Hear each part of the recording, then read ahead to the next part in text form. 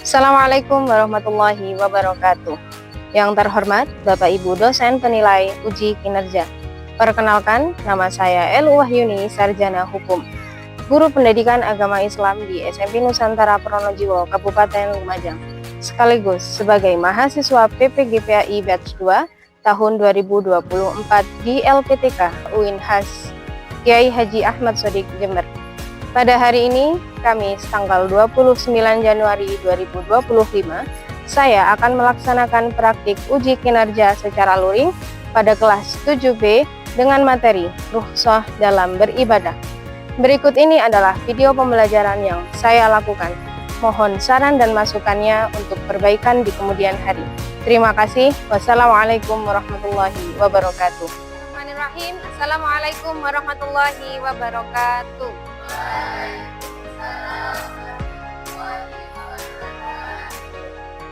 Alhamdulillah, anak-anak kita dapat berjumpa lagi dengan pelajaran pendidikan agama Islam dan budi pekerti.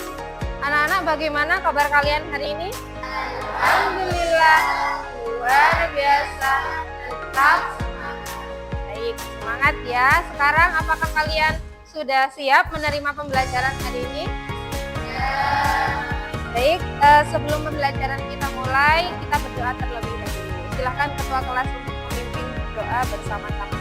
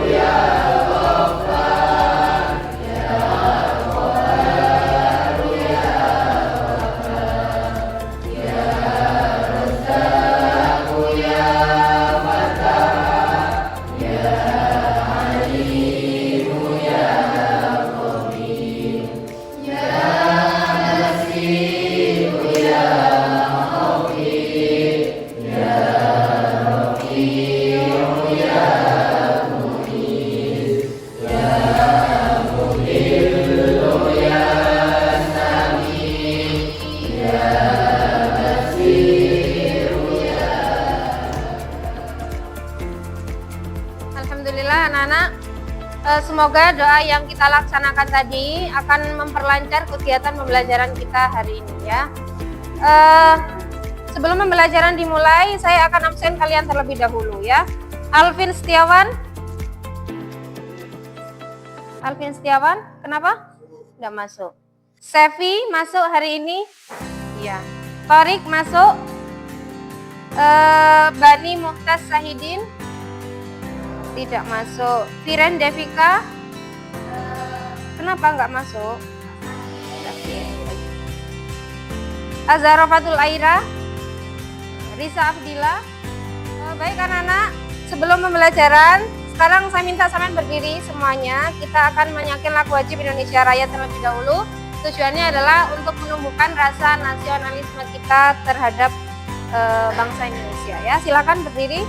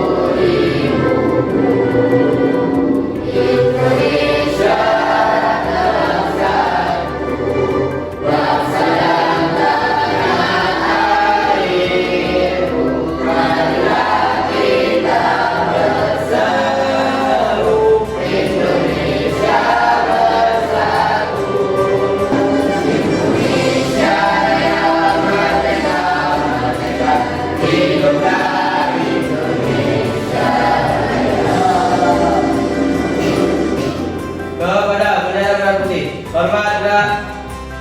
Tegak gerak. Alhamdulillah, kita sudah menyanyikan lagu Wajib Indonesia Raya. Nah, sekarang kita lanjut ke pembelajaran selanjutnya, yaitu apersepsi. Kita ingat kembali materi apa yang kita pelajari pada pertemuan sebelumnya, yaitu materi tentang sholat yang masih ada kaitannya dengan materi yang akan kita pelajari pada pertemuan kali ini. Coba, siapa yang ingat rukun sholat itu apa saja? Bisa angkat tangan. Saya, Bu. 1. Niat. 2. Berdiri bagi yang mampu. 3. Berbuat ikhlas dan lain-lain. Baik, yang kedua, tadi sudah kita bahas tentang rukun sholat. Yang kedua, syarat sah sholat. Nah, sholat itu akan sah kalau kita melakukan apa saja. Siapa yang tahu? Coba angkat tangan. Ya, Revi, silahkan. Suci dari hadas dan najis. Betul sekali. Jadi salah satu syarat sah sholat adalah kita harus suci terlebih dahulu dari yang namanya hadas kecil maupun hadas besar. Yang ketiga, waktu sholat. Nah, ini pasti kalian semua tahu. Siapa yang bisa menjawab waktu sholat dalam agama Islam itu apa saja? Angkat tangan.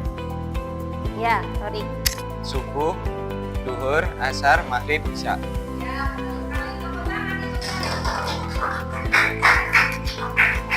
Nah, sekarang saya akan mengajukan beberapa pertanyaan pemantik yang tujuannya adalah untuk mengetahui kemampuan awal sampean dalam materi ini kira-kira sejauh mana. Nah, pertanyaan yang pertama nih, misalnya kalian sedang dalam perjalanan yang jauh, nah, yang membutuhkan waktu yang sangat lama. Lalu apa yang akan kalian lakukan supaya nanti melakukan sholatnya itu tetap bisa dilakukan tepat waktu? Siapa yang kira-kira bisa menjawab? Angkat tangan. Ya, Bilqis. Sholatnya bisa diringkas, yang awalnya 4 rakaat menjadi 2 rakaat. Baik, betul sekali yang dijawab oleh Bilqis, yang merupakan salah satu keringanan dalam agama Islam, yaitu kita bisa meringkas sholat ya. Yang dimaksud diringkas di sini adalah rakaatnya. Jadi yang awalnya rakaat 4 bisa dilaksanakan 2 rakaat saja. Pertanyaan selanjutnya, apakah ada keringanan dalam agama Islam bagi seseorang yang tidak melaksanakan sholat dalam keadaan normal? Nah, siapa yang bisa menjawab? Angkat tangan. Siapa? Oh, Riza. Misalnya orang sakit bisa melaksanakan sholat dengan wudhu. Baik anak-anak, setelah kita melakukan tanya jawab, kita akan mengasah semangat kita terlebih dahulu dan lebih mantap. Tepuk semangat.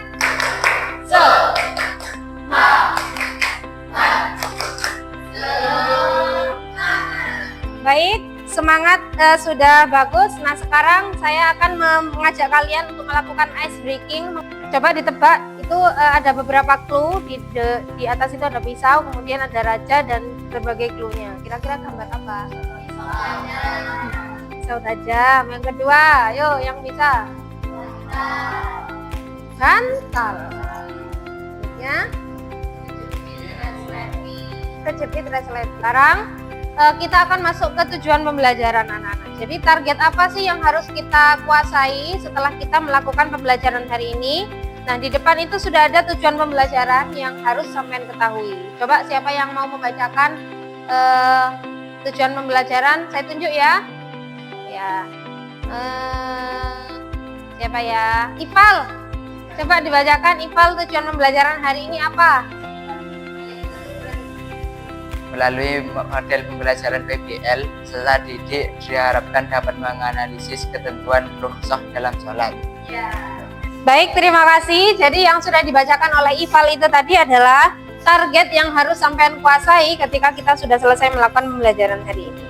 Nah, untuk mencapai target tersebut, di sini kita akan menggunakan ya model pembelajaran yang disebut dengan PBL. Apa sih PBL itu? Problem Based Learning. Nah, langkah yang akan kita lakukan nanti, yang pertama orientasi. Jadi nanti sampean akan diberikan penjelasan, nanti akan Bu Elo tampilkan sebuah video pada kalian, di mana dalam video itu menjelaskan secara rinci permasalahan yang harus sampean pecahkan dalam kehidupan sehari-hari terkait dengan rukhsah dalam sholat. Baik, langsung saja anak-anak, di depan itu sudah saya tentukan nama-nama kalian beserta anggota kelompoknya. Jadi setelah ini silahkan sampai berkumpul dengan kelompoknya masing-masing sesuai dengan yang saya tentukan. Silahkan.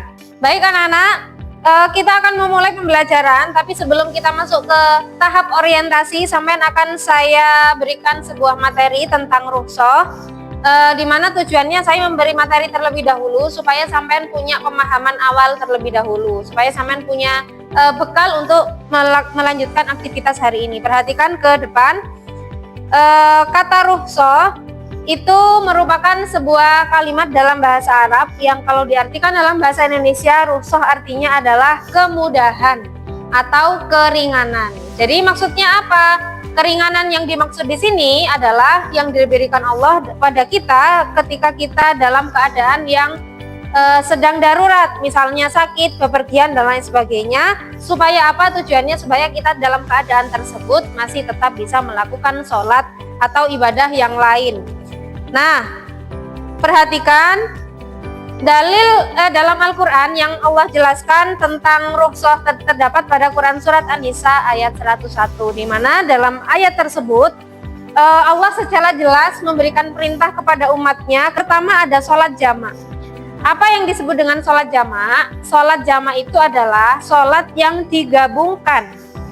Nah, yang digabungkan apanya? Yang digabungkan adalah waktu sholatnya. Tadi Thorik sudah menjawab ya bahwa waktu sholat dalam agama Islam itu ada berapa? Ada 5, yaitu subuh, duhur, asar, maghrib, dan isya. Di mana masing-masing kelima waktu sholat ini harus dikerjakan tepat pada waktunya masing-masing. Kira-kira menurut sampean sah nggak seseorang sholat subuh, tapi sholat subuhnya jam 1 siang? Sah apa tidak? Tentu saja tidak sah. Nah, akan tetapi kita bisa menggabungkan waktu sholat yang disebut dengan sholat jamaah tersebut asalkan kita dalam keadaan yang darurat tadi, misalnya dalam perjalanan, kemudian cuaca yang sangat buruk, ataupun kalau dulu Rasulullah itu mencontohkan situasinya adalah ketika ada perang ya.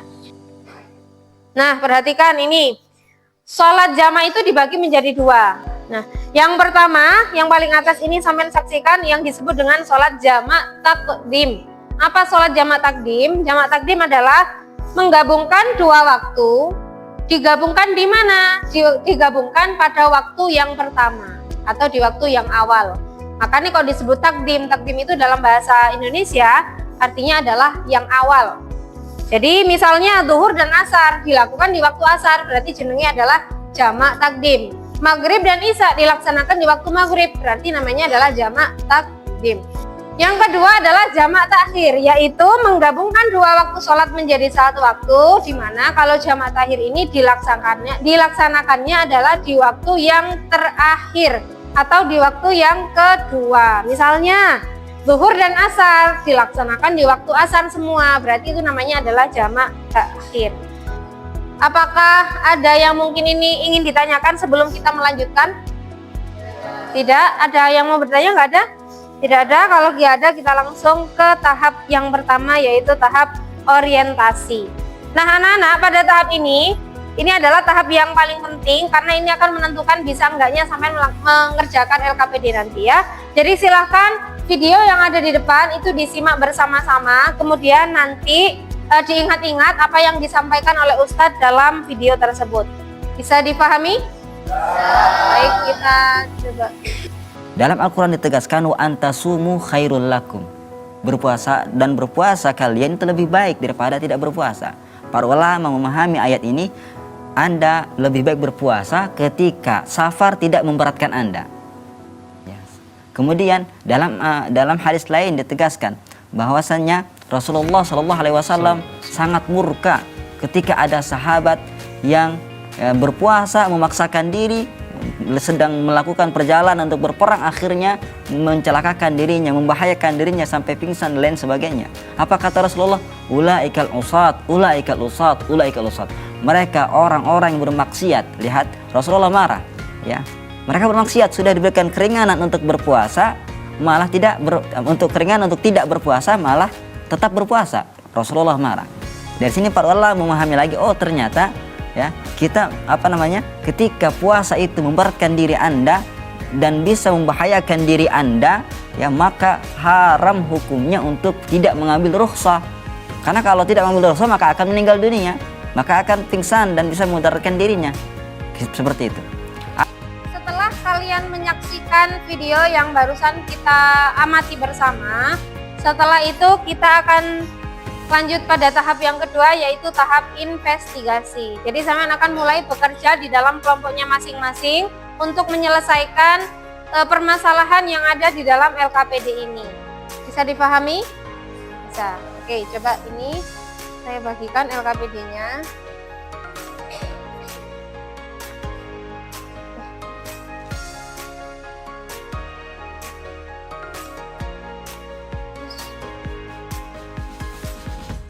Itu sudah.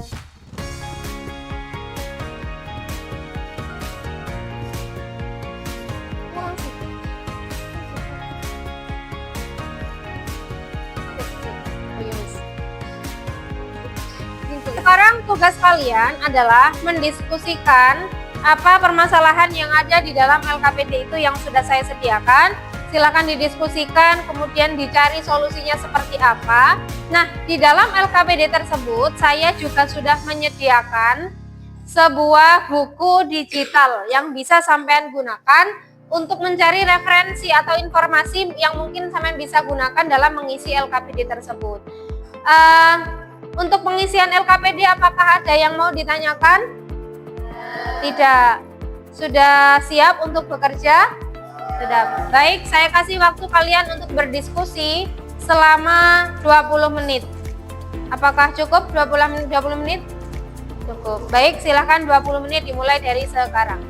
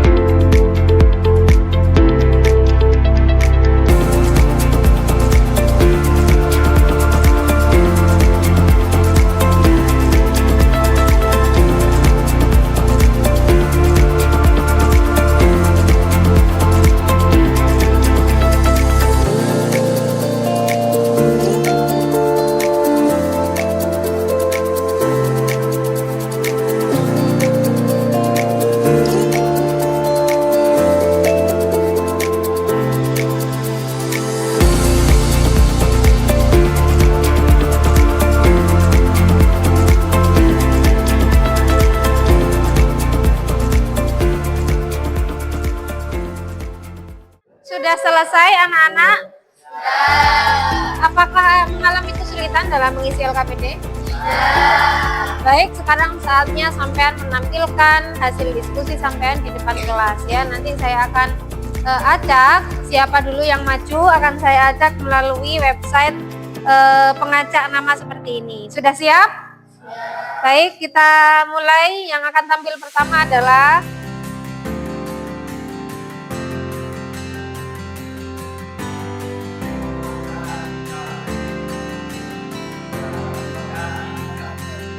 ya, yang akan tampil pertama adalah kelompok 3. Tepuk tangan dulu untuk kelompok 3 supaya semangat.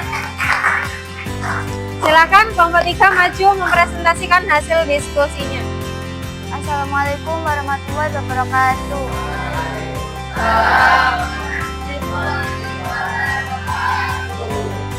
Kami dari kelompok 3 ingin mempresentasikan hasil diskusi kami pada tugas 2 mengenai permasalahan Pak Ahmad adalah sebagai berikut. 1. Apakah keputusan Ahmad sudah sesuai dengan ketentuan sholat jamaah? Jelaskan alasannya. Jawaban kami, ya, keputusan Ahmad sesuai karena ia sedang dalam perjalanan jauh, sehingga ia boleh menggabungkan sholat zuhur asar di waktu asar. Sekian dari presentasi kami. Wassalamualaikum warahmatullahi wabarakatuh.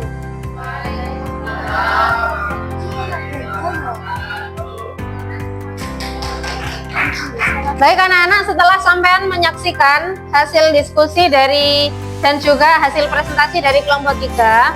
Saya akan membuka sesi tanya jawab. Mungkin ada tanggapan atau pertanyaan dari kelompok lain, silahkan. Baik, kelompok berapa itu tadi? Kelompok 3 itu tadi ada satu pertanyaan dari kelompok 2. Silahkan dijawab. Siapa yang mau menjawab? Sholat jamaah adalah menggabungkan 2 sholat dalam satu waktu, seperti zuhur dan asar atau maghrib dan isya. Sedangkan sholat qashar adalah memendekkan jumlah rakaat sholat dari 4 rakaat menjadi 2 rakaat. Baik, untuk kelompok 2 itu tadi adalah jawaban dari kelompok 3. Apakah sudah terjawab pertanyaannya? Ya, sudah. Baik. Tepuk tangan terlebih dahulu untuk kelompok 3. Terima kasih, silakan kembali ke tempat. Baik, anak-anak, terima kasih sudah percaya diri ingin menampilkan hasil diskusi kelompoknya masing-masing di depan kelas. Nah, sekarang tahap selanjutnya kita akan melakukan tahap refleksi, yaitu melakukan tanya jawab. Nah, kira-kira dari materi yang sudah kita diskusikan dari awal tadi, apakah kalian itu sudah mengerti apa yang disebut dengan rukshoh? Sudah paham apa belum? Sudah. Kalau sudah paham, coba saya pengen tahu. Habis ini yang bisa menjawab angkat tangan. Bisakah kalian mengidentifikasi syarat apa saja yang harus dipenuhi seseorang supaya dia boleh melakukan sholat jamaah ataupun sholat qashar? Ayo, yang bisa angkat tangan. Silakan kita. Harus dalam keadaan safar, Ya. perjalanan dalam keadaan balik. Ya, boleh. Tepuk tangan dulu untuk kita. Jadi sedikit yang bisa disimpulkan bahwa syarat yang membolehkan seseorang melakukan rukshoh dalam sholat itu adalah harus dalam keadaan safar. Safar itu apa? Safar itu apa? Perjalanan. Baik anak-anak, setelah kita melakukan refleksi, sekarang kita akan melakukan tahap selanjutnya, yaitu tahap penutupan, melakukan tahap kesimpulan. Jadi selama proses pembelajaran yang sudah kita lakukan, apa yang bisa saya simpulkan? Coba saya pengen satu anak memberikan kesimpulan apa yang bisa sampean terima dalam pembelajaran hari ini, ya. Sevi, kesimpulan apa yang bisa sampean dapatkan dalam pembelajaran kali ini? Satu saja. Rukshoh adalah kemudahan atau kelonggaran dalam beribadah yang ditetapkan Allah untuk orang yang tidak mampu melaksanakannya secara sempurna. Ya, itu adalah salah satu yang bisa kita simpulkan mengenai definisi dari rukshoh, bahwa rukshoh itu adalah sebuah kemudahan. Nah, sekarang di akhir pembelajaran kita akan melakukan refleksi terhadap seluruh kegiatan pembelajaran yang kita lakukan pada pertemuan kali ini melalui barcode yang ada di depan. Silakan di scan terlebih dahulu, kemudian sampai akan dialihkan pada sebuah website yaitu Padlet. Nah, di sana nanti sampai harus menjawab beberapa pertanyaan terkait refleksi dalam pembelajaran kita hari ini.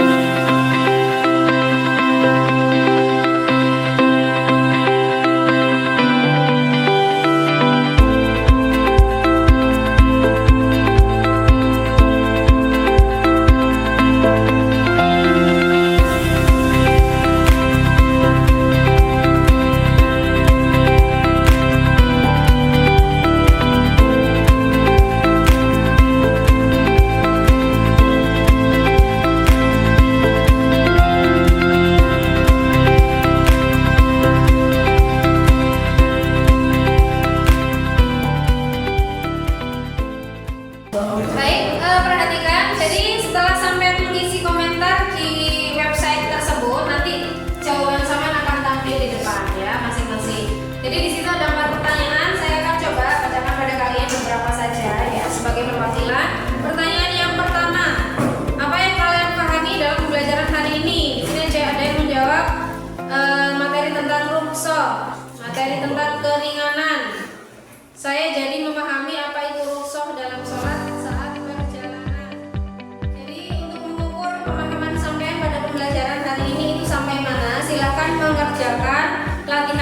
yang sudah saya sediakan berupa barcode di depan. Ketika sampai men-scan barcode tersebut, nanti sampai akan dialihkan pada laman Quizizz ya. Kemudian setelah dibuka, dikerjakan secara individu. Nah, nanti di sana akan